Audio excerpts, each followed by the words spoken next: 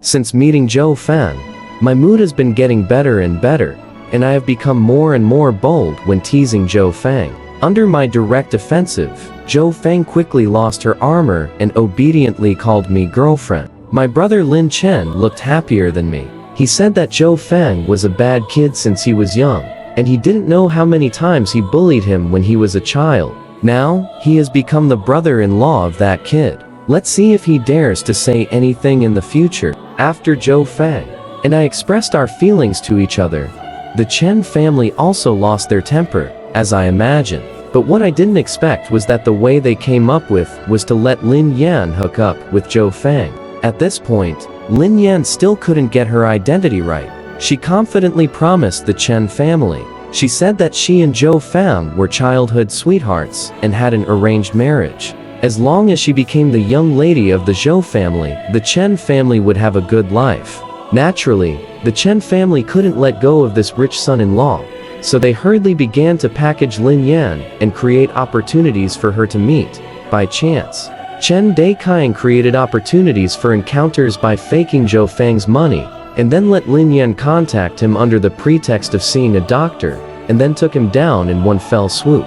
But Zhou Fang was not someone who was easy to control. When Chen Daiqiang was lying on the ground groaning and pretending to be sick, he called the police. He also wanted to sue Chen Daiqiang for faking his money. So when Lin Yan came excitedly in a miniskirt, she was taken to the police station with a confused face. In the end, she could only pay Chen Daiqiang's bail with the green face. But Lin Yan still didn't give up.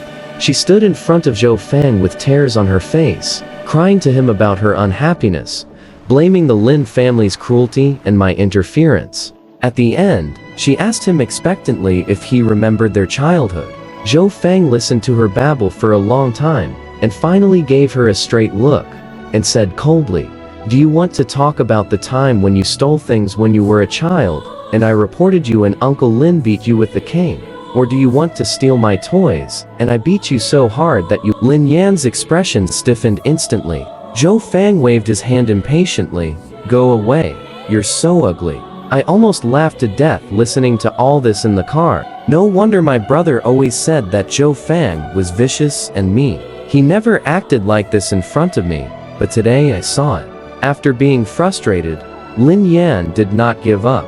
She was obsessed with the idea that I, a vixen, had stolen her boyfriend, and the advantage I had over her was my face. After the baptism of time, my face became more and more beautiful, and I perfectly inherited the genes of the Lin family's beauty. Lin Yan, who was only pretty in high school, has become uglier after growing up and developing, combining the facial defects of Chen Daiqiang and Jin Xia. I can only say that genes are really powerful. So powerful that even if Lin Yan lives in a good and normal environment, she cannot change her inferior nature. In order to seduce Zhou Fang, Lin Yan also spent a lot of money. Not only did she take out all her money, but she also borrowed a lot from others, just to have plastic surgery to become beautiful. She stubbornly believed that as long as she became beautiful, Zhou Fang would immediately abandon me and throw herself into her arms. Her good days are still to come, but after spending all the money, Lin Yan did not get a good face. Instead, because of the inadequate plastic surgery, her entire chin became deformed.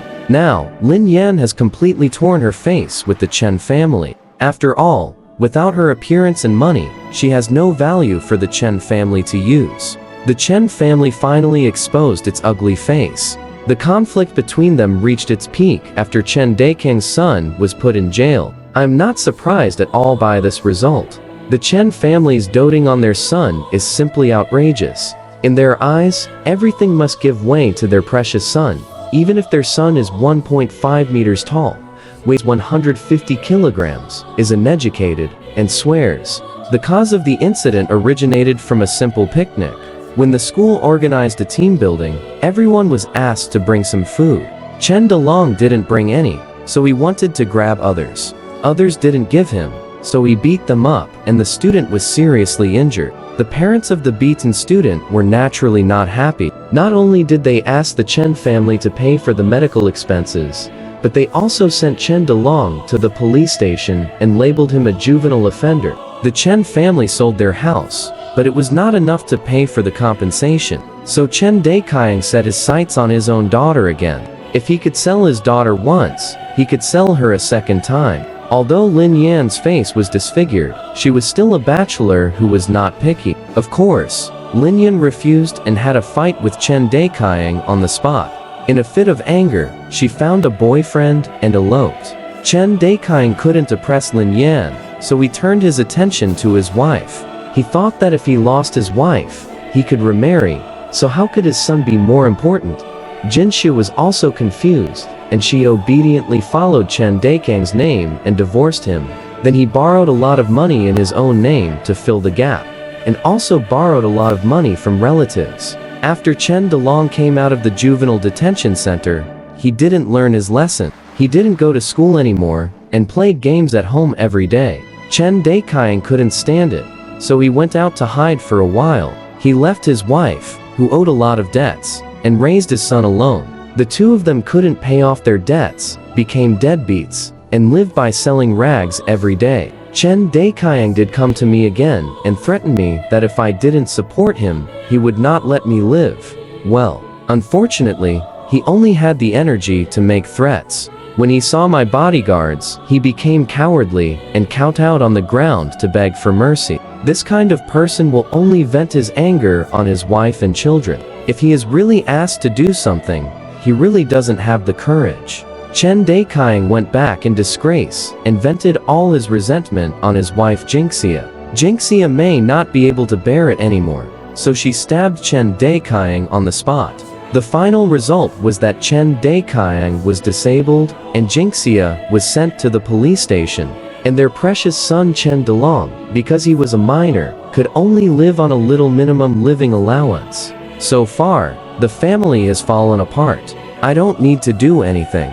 They will go on the road of self-destruction and never return. As for Lin Yan, she never came back, and I have no news of her. To celebrate my departure from the past, Zhou Fang took me on a trip around the world. My family of origin and school bullying had a huge impact on me. Even when I was surrounded by love, I would still accidentally cry and wet my pillow in the middle of the night.